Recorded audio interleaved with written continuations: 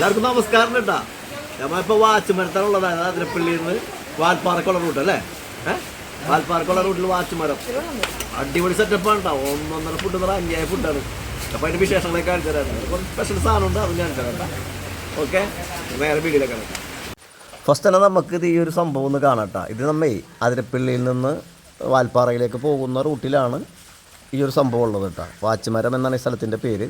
ഇതിവിടെ നമുക്ക് എല്ലാത്തരം ഭക്ഷണം കിട്ടുന്നൊരു ഹോട്ടലാണിത്.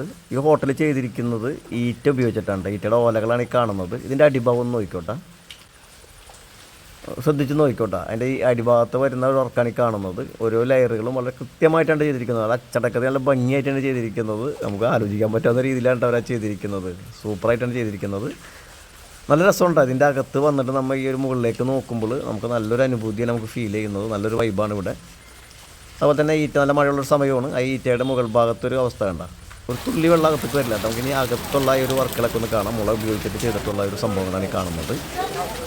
ഇവിടെയാണ് ഭക്ഷണം കഴിക്കാനിരിക്കുന്ന സ്ഥലം. അതിരിക്കാൻ വേണ്ടി ചെയ്തിരിക്കുന്നതും അതുപോലെ തന്നെ ടേബിളായിട്ട് ചെയ്തിരിക്കുന്നതും ശ്രദ്ധിച്ച് മുള കൊണ്ടാണ് കംപ്ലീറ്റ് ചെയ്തിരിക്കുന്നത്.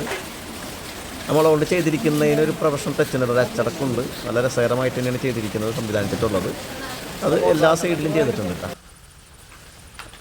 ടേബിളിൻ്റെ മുകളിൽ ചെയ്തിരിക്കുന്നതാണ് ഈ കാണുന്നത്. നമ്മൾ ഭക്ഷണം കഴിക്കാൻ വേണ്ടി ഇരിക്കുന്ന ആ ടേബിളിൻ്റെ മുകളിൽ മുളയാണ് കാണുന്നത് കേട്ടോ. അതേപോലെ തന്നെ നമ്മൾ ഇരിക്കുന്ന ഭാഗമൊന്ന് ശ്രദ്ധിച്ചോട്ടാ. കണ്ട ചാരുന്ന ഭാഗത്തൊക്കെ ഉണ്ടല്ലേ, നല്ല രസമുണ്ടോ. നല്ല രസമാണ് നമുക്ക് കൂടി ഇരിക്കാനും അതുപോലെ തന്നെ ഭക്ഷണം കഴിക്കാനൊക്കെ നമുക്ക് നല്ല രസമാണ്. ഇത് ഈ ഒരു സംഭവം കണ്ട, ഇതിവിടുത്തെ സ്പെഷ്യലാണ് കേട്ടോ. ഇവിടെ തന്നെയുള്ള പുഴയിൽ നിന്ന് അവർ പിടിക്കുന്നതാണ്, വളർത്തുന്നതല്ല കേട്ടോ. ഞാൻ ചോദിച്ചു വളർത്തുന്നതാണോ എന്ന് ചോദിച്ചു, വളർത്തുന്നതല്ല. പുഴയിൽ നിന്ന് സാധാരണ പിടിക്കുന്നതാണ്. തിലോപ്പിയ ഇട്ടത് എൻ്റെ പേര്. ഞങ്ങളുടെ നാട്ടിൽ തിലോപ്പിയ എന്ന് പറയുന്നതിൻ്റെ പേരിലാണ് ഞാൻ തിലോപ്പിയ എന്ന് പറയുന്നത്. എൻ്റെ വേറെ എന്തൊക്കെ പേരെന്ന് എനിക്കറിയില്ല.